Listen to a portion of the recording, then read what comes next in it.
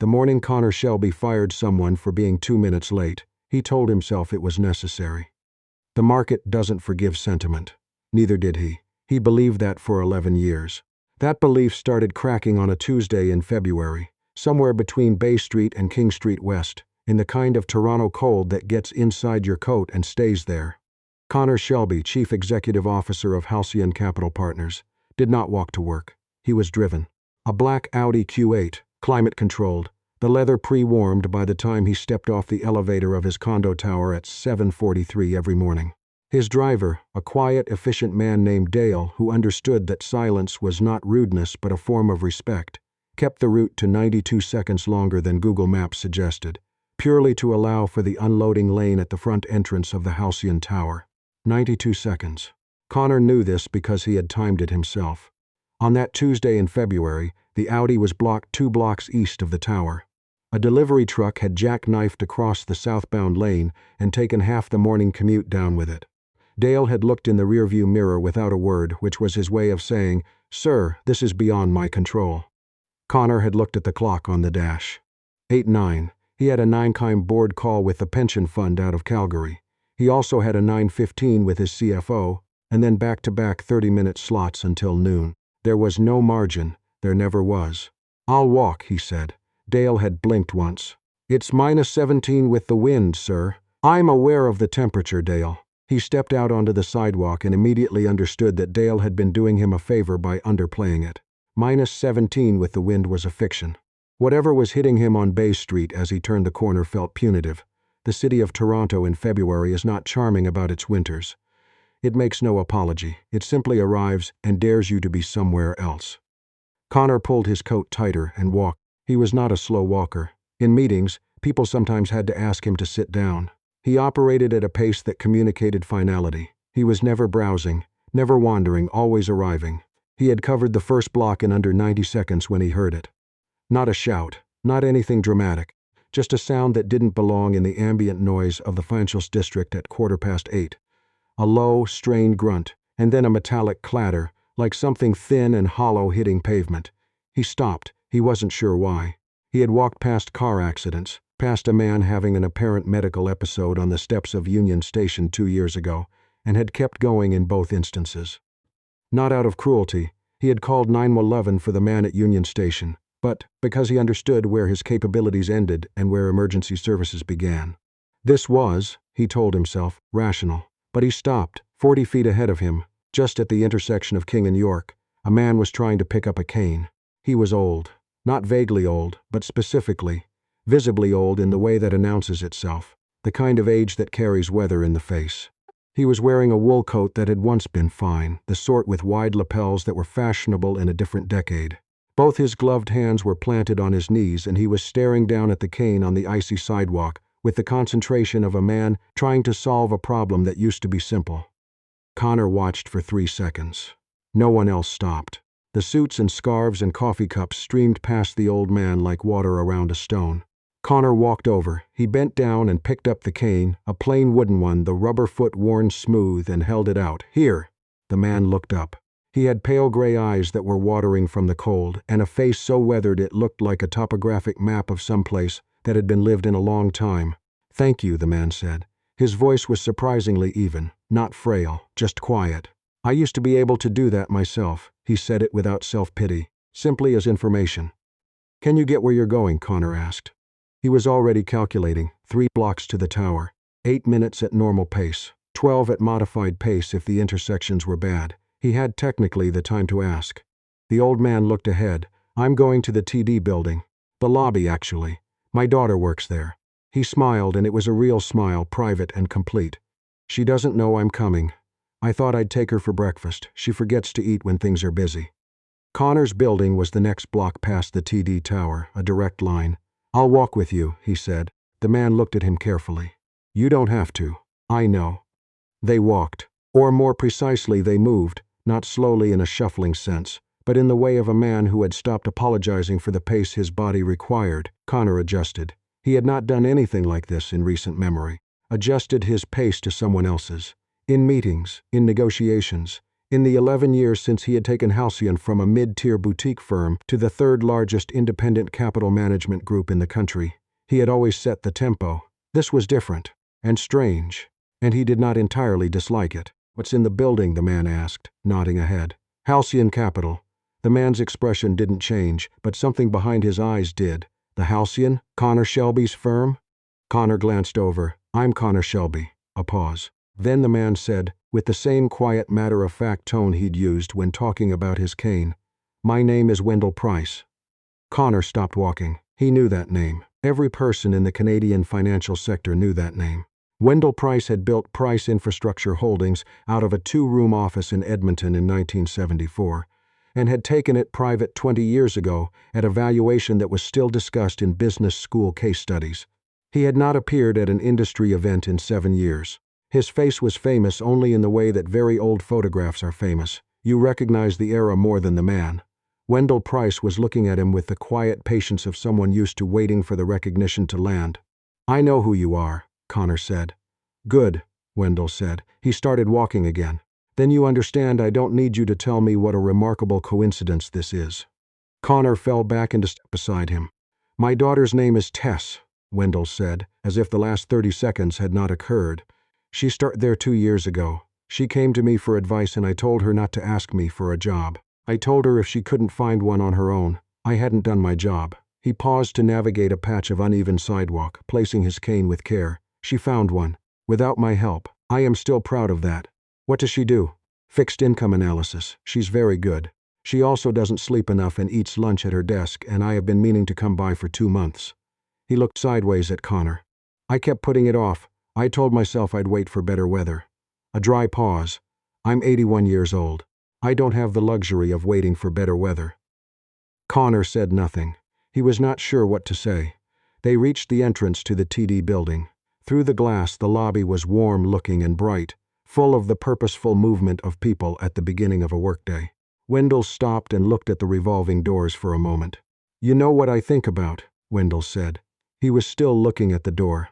"I think about the decisions I made when I was running the company, the real ones. Not the acquisition of this, the restructuring of that, the small ones." He turned. "I had a man who worked for me for 19 years. Brilliant analyst. He once left early, by 40 minutes, to take his son to a hospital appointment.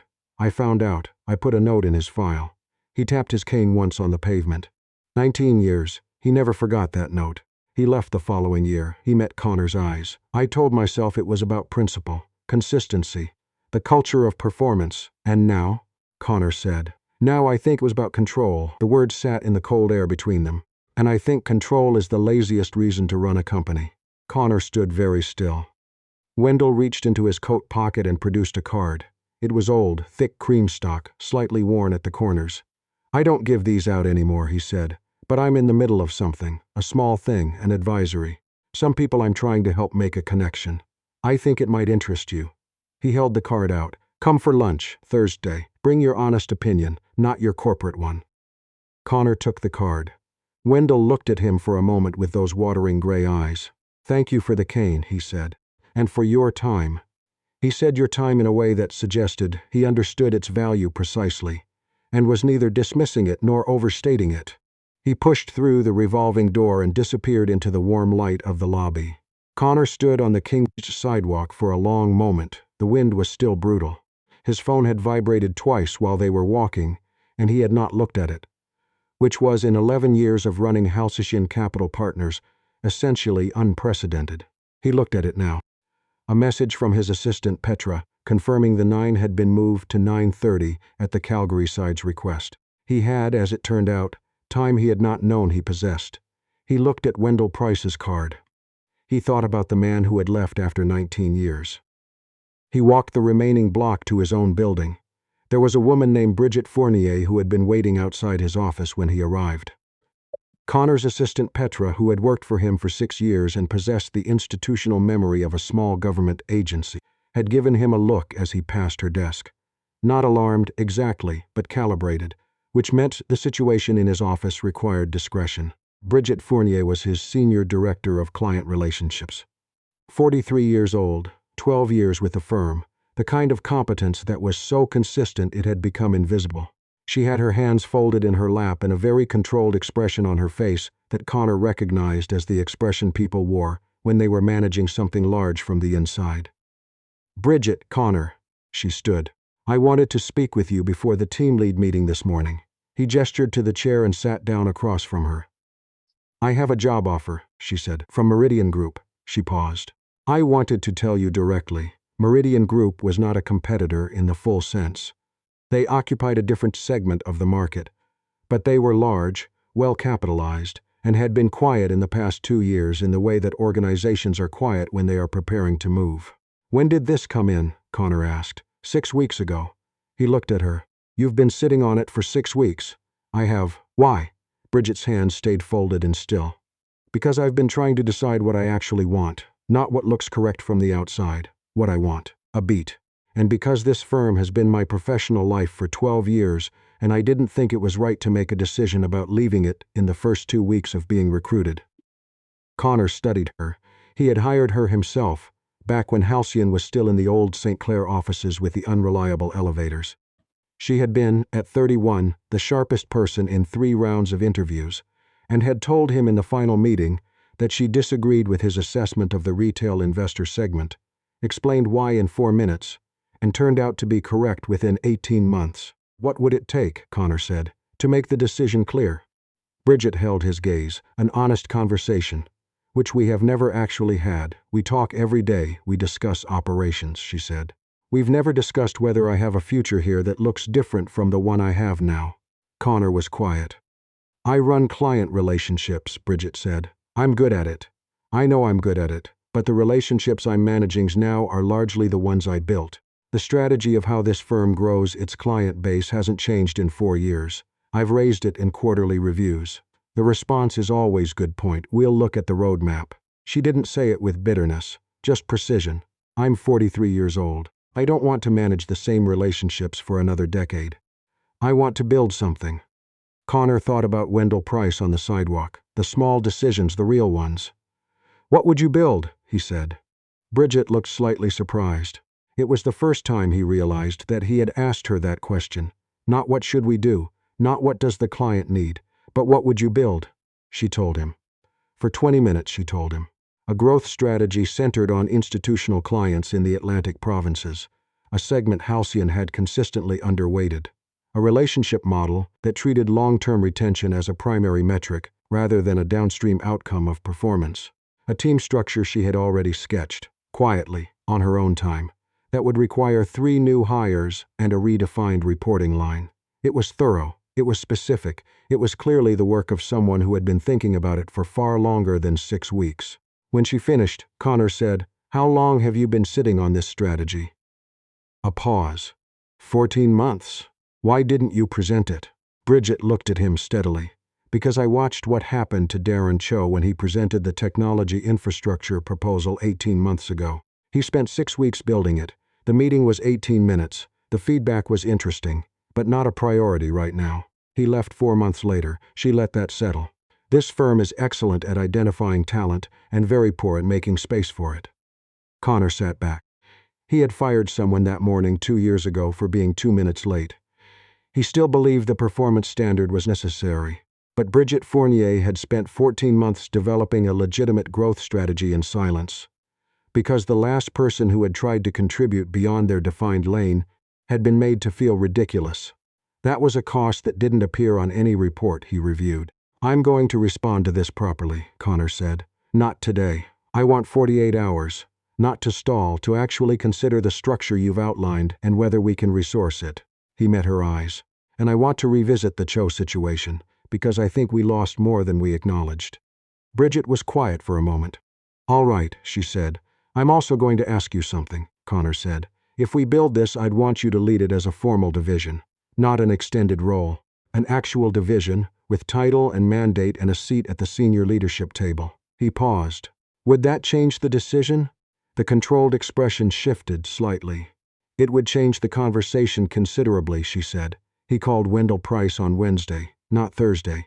Wednesday because he had been thinking about the lunch invitation since Monday afternoon, and had realized that waiting for Thursday was itself a symptom of something he was trying to move away from, the habit of putting things on the calendar as a substitute for doing them.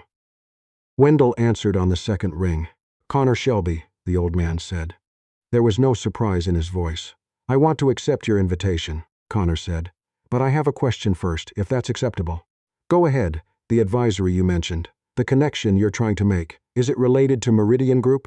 A pause. Not long, but careful. "Peripherally," Wendell said. "Why?" Connor told him about Bridget. Not all of it, not the internal dynamics, but the broad outline. A senior person, a substantial growth strategy, a structural gap the firm had been slow to address. Wendell listened without interrupting. "She sounds like she's worth the discomfort of changing your model," Wendell said when Connor finished. "I think she is." "Then what's your actual question?" Connor thought for a moment. "The man who left your firm," he said, "after 19 years. Did you ever speak to him?" A longer pause this time. "No," Wendell said. "I told myself it was too late to make it right, so there was no productive purpose in trying." The line was quiet for a moment. "I've thought about that logic many times since. It's the kind of logic that sounds like wisdom, but is really just cowardice made respectable." Connor looked out at the city. King Street below was still moving in its relentless winter stream. "Thursday at noon," Wendell said. "Come hungry. My housekeeper makes a soup that will recalibrate your understanding of what food is supposed to do." Connor almost smiled. "I'll be there." On Thursday morning, before the lunch, he walked to the office. He didn't plan to. Dale had the car ready at 7:43. But Connor sent him a text at 7:38. "Take the morning off, I'll walk," and stepped out into the cold. It was still -12. The city was indifferent, as always. He walked down Bay Street and turned onto King. He passed the spot at York where Wendell had been standing with the cane on the ground. Someone had left a coffee cup on the ledge of the building there. The wind had knocked it over. He kept walking. At the entrance to his own building, he held the door for a young woman who was coming in behind him, carrying a laptop bag and a cardboard box, and a coffee cup in precarious triangulated balance. She looked startled, not by him holding the door, but by the act itself, which suggested she was not accustomed to it being the reflex of whoever reached the door first. "Thank you," she said, slightly breathlessly. "Of course," he said. He rode the elevator up alone. In the mirrored walls, he looked like himself. Same coat, same face, same posture. But something behind the surface was different in a way that didn't have a precise financial category. He thought about Bridget, who had spent 14 months working on something she hadn't been able to say out loud. He thought about Wendell, standing on the sidewalk, having run out of excuses about the weather. He thought about Darren Cho, who had spent 6 weeks building a case and been out the door inside a year. There were costs that appeared on no report. That was the problem with treating a firm like a machine. Machines didn't account for the weight of what went unsaid, the talent that simply stopped trying, the slow calcification of a culture that rewarded running and punished the people who paused. The elevator opened onto the 44th floor. Petra was already at her desk, coffee in hand, the day's schedule on her screen. "The 9:30 is confirmed," she said, "and Bridget Fournier asked if you had 15 minutes before the team lead." "I told her I'd check." "Tell her yes," Connor said. "And Petra," he stopped, "the Cho situation. From 2 years ago, I want the full file on my desk by noon, not for any disciplinary reason. I just want to understand what actually happened." Petra looked at him for a moment with the precise, measured expression of someone who had been waiting a long time to hear a particular sentence and was not going to overreact to finally hearing it. "Of course," she said. "I'll pull it now." Lunch with Wendell lasted 3 hours. The soup was, as promised, genuinely extraordinary, a clear broth with something in it. Connor couldn't identify and didn't ask about, on the basis that some things are better experienced than explained. Wendell's house on the Rosedale Ravine was large and quiet and full of books, the kind of house that had been lived in fully rather than decorated for effect. They talked about Meridian Group, peripherally. Wendell had a relationship with their chairman that was collegial but complex, and there was something he was trying to facilitate that required, as he put it, someone who still had their credibility intact and their appetite for the long view. But they also talked about other things. Wendell asked about Connor's family, which Connor was not accustomed to being asked in a professional context, and Connor found himself answering with unusual candor: the distance, the missed things, the operating assumption that there would be time for all of it later, an assumption he had inherited from the industry and had never stopped to examine. "Your industry teaches you to optimize." Wendell said at one point. He was looking out the window at the ravine, which was frozen solid, the creek invisible under a clean white sheet of ice. Optimize the portfolio, the team, the quarter. The problem is that you end up optimizing your life on the same model. He paused. A life isn't a portfolio. The return metrics are completely different. Connor thought about that on the walk back downtown. He thought about it in the 4:30 meeting and the 6-mine call, and the brief, efficient dinner he ate at his desk before leaving at 8. He thought about it on Friday morning when he approved the preliminary structure for Bridget Fournier's new division. He thought about it the following Tuesday when he sent a letter, not an email, a letter, to the address of a man named Desmond LaForge, who had left Halcyon Capital Partners in 2014 after 19 months, having presented a client retention strategy that Connor had dismissed in a meeting he no longer remembered. He didn't expect a response. He sent the letter because Wendell Price had told him, without saying it directly, that the choice between doing something and not doing it on the grounds that it was too late was always a choice that said more about the person making it than about the elapsed time. He walked to the office every morning that week. -12, -15, once memorably -19, which Dale maintained was the kind of decision that would not look good on an HR incident report.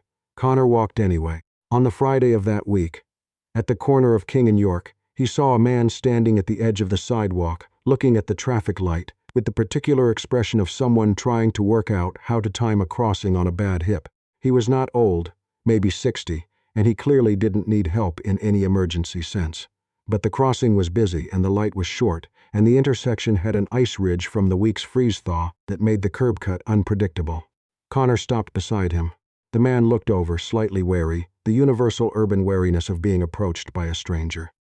"Light's short on this one," Connor said. "If we go on the first second it clears, we've got enough time." The man's expression shifted, not dramatically, just settled. "Right," he said. "Good to know." The light changed. They crossed together. At the opposite curb, the man nodded once and turned north. Connor turned west. The city moved around him, indifferent and relentless and cold. He walked at his own pace, which had changed. Not much, not visibly, but in some internal calibration he couldn't fully articulate, and arrived at the glass doors of his building at 8:31, which was 12 minutes later than usual, and exactly when he needed to be.